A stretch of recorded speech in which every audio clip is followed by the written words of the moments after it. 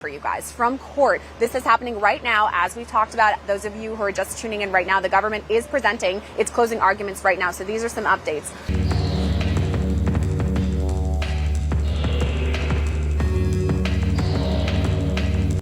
After 14 hours of deliberation, a jury of 8 men and 4 women who spent nearly 7 weeks listening to over 30 witnesses decided the fate of Sean Diddy Combs.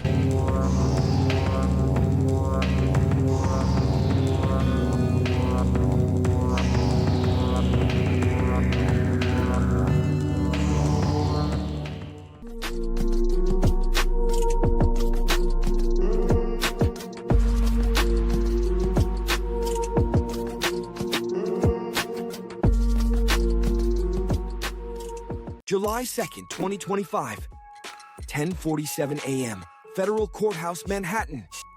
After months of shocking testimony, devastating evidence, and legal warfare, 12 ordinary New Yorkers are about to deliver a verdict that will change everything. What happens next will shock the world, divide legal experts, and leave everyone asking the same question. Is this justice or something else entirely? This is the Diddy Files, Episode 10, The Verdict. Welcome back to the Diddy Files. For 9 episodes, we've taken you inside the most shocking celebrity trial in American history. We've seen the evidence, heard the testimony, and watched as Sean Diddy Combs' empire crumbled before our eyes. But today, everything changes. Today, we witness the moment that will determine not just Diddy's fate, but what his case means for celebrity accountability, victim justice, and the American legal system itself. Can you imagine being in that courtroom? The tension so thick you could cut it with a knife? Months of your life hanging in the balance, waiting for 12 strangers to decide whether you'll die in federal prison or walk free. July the 2nd, 2025 started like any other day. But by 11 a.m., the world would be talking about what happened in courtroom 26A. Because what the jury decided that morning wasn't just a verdict, it was a statement about power, privilege, and whether justice truly is blind. Are you ready to witness history? Are you prepared for a conclusion that no one saw coming? Let's take you inside that courtroom.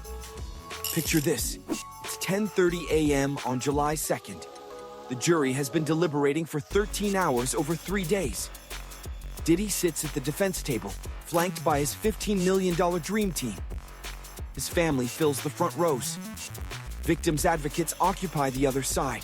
According to witnesses, you could feel the anxiety radiating from everyone in that room. Diddy's leg was bouncing under the table. His lawyers kept checking their phones. Even the court reporters seemed on edge. Then, at 10:45 a.m., the bailiff received the call. The jury had reached a verdict. Can you imagine that moment? After everything we've covered in this series, Jane's devastating testimony, the shocking evidence, the celebrity connections, it all came down to this. But here's what makes this moment even more incredible. Nobody, not the prosecution, not the defense, not the legal experts, nobody predicted what was about to happen. All rise. The jury has reached a verdict. Judge Arun Subramanian entered the courtroom. The jury filed in, their faces unreadable. Diddy stood, his hands clasped behind his back. This was it. The moment that would determine everything. The jury foreman, a middle-aged accountant from Queens, held the verdict form in his hands. Months of testimony, weeks of deliberation, all condensed into a few pieces of paper. What happened next shocked everyone in that courtroom. Because this wasn't the clear-cut verdict anyone expected. This was something far more complex, far more controversial, and far more revealing about how our justice system really works. Count 1. Racketeering conspiracy. The big one. The charge that could have sent Diddy away for life. Not guilty. Diddy's reaction was immediate. According to witnesses, he pumped his fist in the air. His family erupted in quiet celebration. His lawyers exchanged looks of relief, but the verdict wasn't over. Count 2. Sex trafficking by force, fraud, and coercion. Not guilty. Another acquittal. Another moment of celebration from the defense table. At this point, Diddy must have thought he was going home. His family must have thought their nightmare was over. But then came counts 4 and 5. transportation to engage in prostitution. Guilty, guilty. And that's when everything changed. That's when Diddy's celebration turned to shock. That's when the courtroom realized they were witnessing something unprecedented. A mixed verdict that would satisfy no one and confuse everyone. According to multiple witnesses, Diddy's reaction was immediate and dramatic. He dropped to his knees, right there at the defense table. He placed his hands together in prayer position and bowed his head. The man who had built a billion-dollar empire was on his knees in federal court. But then, as the reality of the acquittals on the serious charges sank in, he looked up at his family and said the words that would become headlines around the world. "I'm coming home, baby." Except he wasn't coming home. Not even close. Because what happened next would shock everyone in that courtroom even more than the mixed verdict itself. Let's break down what just happened, because this verdict is more complicated than it appears. Diddy was acquitted of the most serious charges, racketeering and sex trafficking, but convicted of transportation for prostitution. What does that actually mean? Think about it this way. The jury essentially said, "We believe Diddy transported people for prostitution, but we don't believe he ran a criminal enterprise or trafficked people through force, fraud, or coercion." It's a distinction that would make legal scholars debate for years. But why did the jury reach this conclusion? What evidence convinced them on some charges but not others?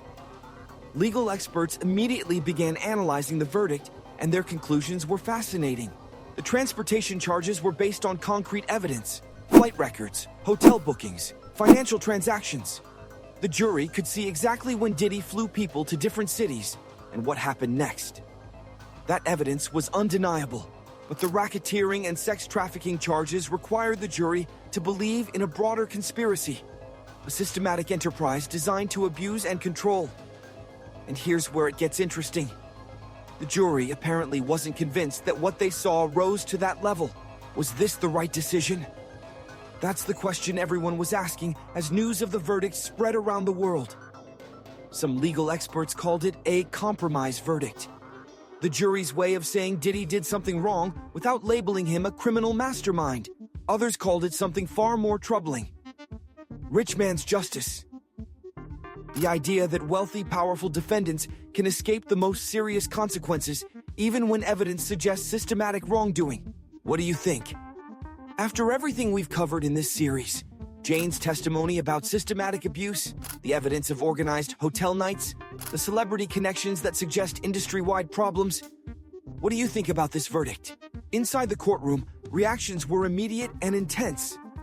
Diddy's defense team was celebrating what they called the victory of all victories. Mark Agnifilo, his lead attorney, told reporters, "Today's a great victory. It's a great victory for Sean Combs." But the prosecution had a different perspective. While they had lost the big charges, they had still secured convictions that could send Diddy to prison for up to 20 years. In their view, justice had been partially served. The victim advocates had perhaps the most complex reaction. On one hand, they were disappointed that the jury didn't convict on the most serious charges. On the other hand, they recognized that any conviction was a victory for survivors who had been brave enough to come forward.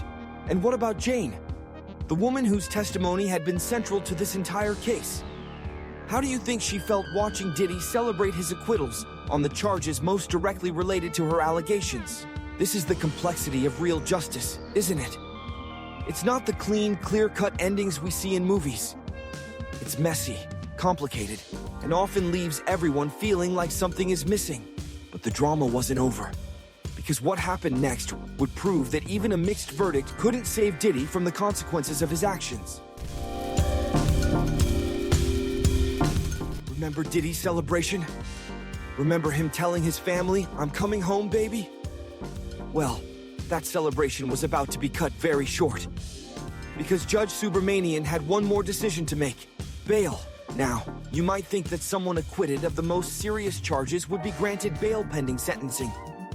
After all, the jury had just said they didn't believe Diddy was the head of a criminal enterprise. Surely that would be enough to get him released. You would be wrong. Bail is denied. The defendant will remain in custody pending sentencing. The courtroom erupted. Diddy's family gasped.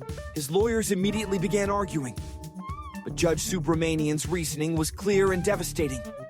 Despite the acquittals, Diddy still posed a danger to the community. The judge cited Diddy's history of domestic violence, his attempts to contact witnesses, and his pattern of intimidation. In the judge's view, the mixed verdict didn't change the fundamental fact that Diddy was a risk. Can you imagine Diddy's emotions in that moment? 1 minute he's celebrating, thinking he's going home. The next minute, he's being told he'll remain in federal custody for months until his sentencing on October 3rd. According to witnesses, Diddy's demeanor changed completely. The celebration stopped. The relief disappeared. He sat quietly as the reality sank in. Mixed verdict or not, he was going back to jail. Outside the courthouse, the reactions were just as dramatic. Diddy's family emerged looking shell-shocked. They had experienced the highest highs and lowest lows all within the span of an hour. The media was in a frenzy. How do you report a story this complex? How do you explain a verdict that acquits someone of the most serious charges but still sends them to prison? Social media exploded with reactions.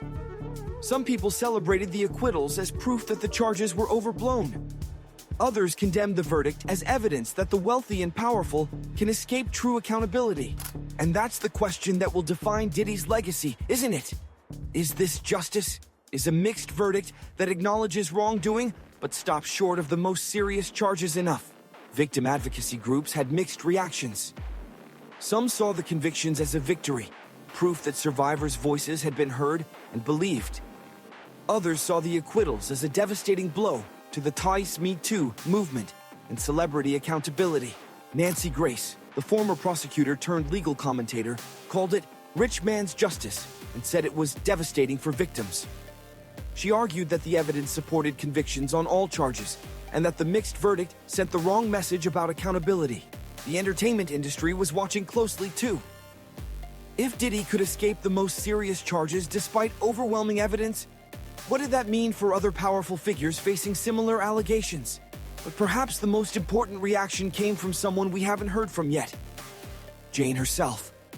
The woman whose courage had made this entire trial possible. While Jane hasn't spoken publicly about the verdict, sources close to her say she has mixed emotions. She's grateful that Diddy was convicted of something, but disappointed that the jury didn't believe her testimony about the more serious charges. Can you imagine her feelings? After everything she went through, the testimony, the cross-examination, the public scrutiny, the jury essentially said they believed part of her story, but not all of it. So what happens now? What does this mixed verdict mean for Diddy's future, for his victims, and for celebrity accountability in America? October 3rd, 2025. That's the date that will determine Diddy's immediate future. That's when Judge Subramanian will sentence him on the 2 prostitution-related convictions. Diddy faces a maximum of 20 years in prison, 10 years for each count.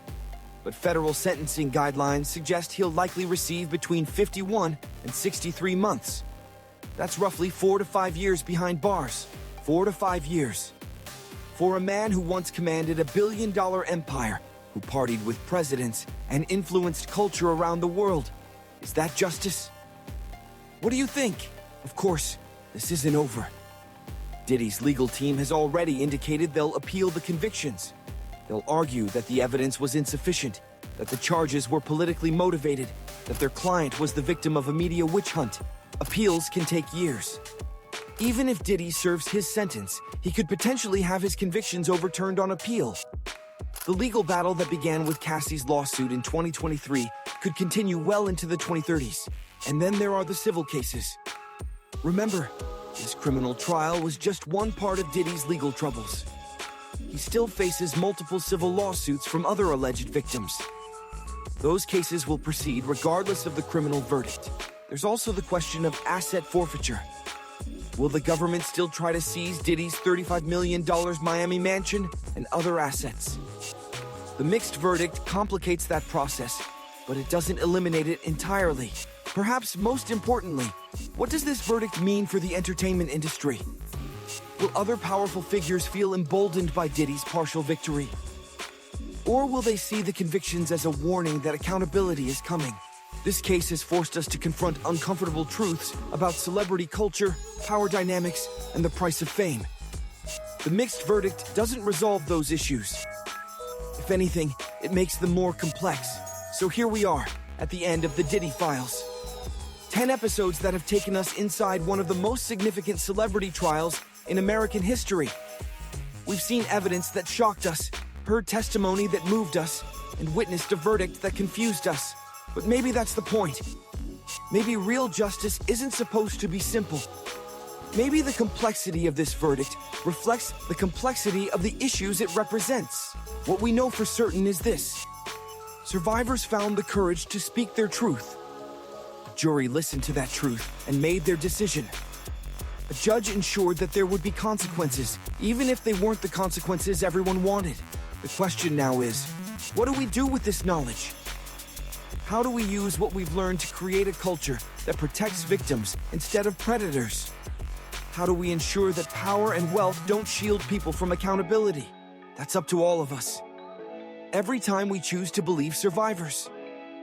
Every time we demand accountability from powerful figures. Every time we refuse to let celebrity status excuse harmful behavior. The Diddy trial is over, but the reckoning it represents is just beginning. Thank you for joining us on this journey. Thank you for caring about justice. And thank you for believing that even the most powerful among us must answer for their actions. This has been the Diddy Files. Until next time, keep demanding accountability, keep supporting survivors, and keep believing that justice, however complicated, is always worth fighting for.